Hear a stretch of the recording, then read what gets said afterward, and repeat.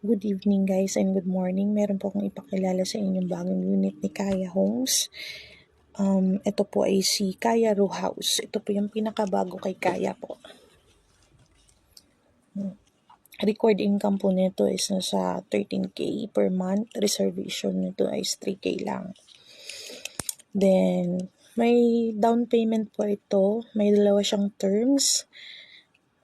Pwede nyo siyang bayaran for 6 months. Ang magiging monthly nyo po noon ay 5,976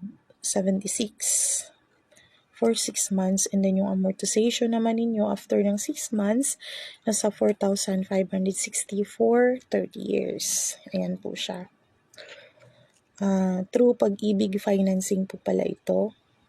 And yung requirements natin dito ay 1 valid ID and 1 month payslip.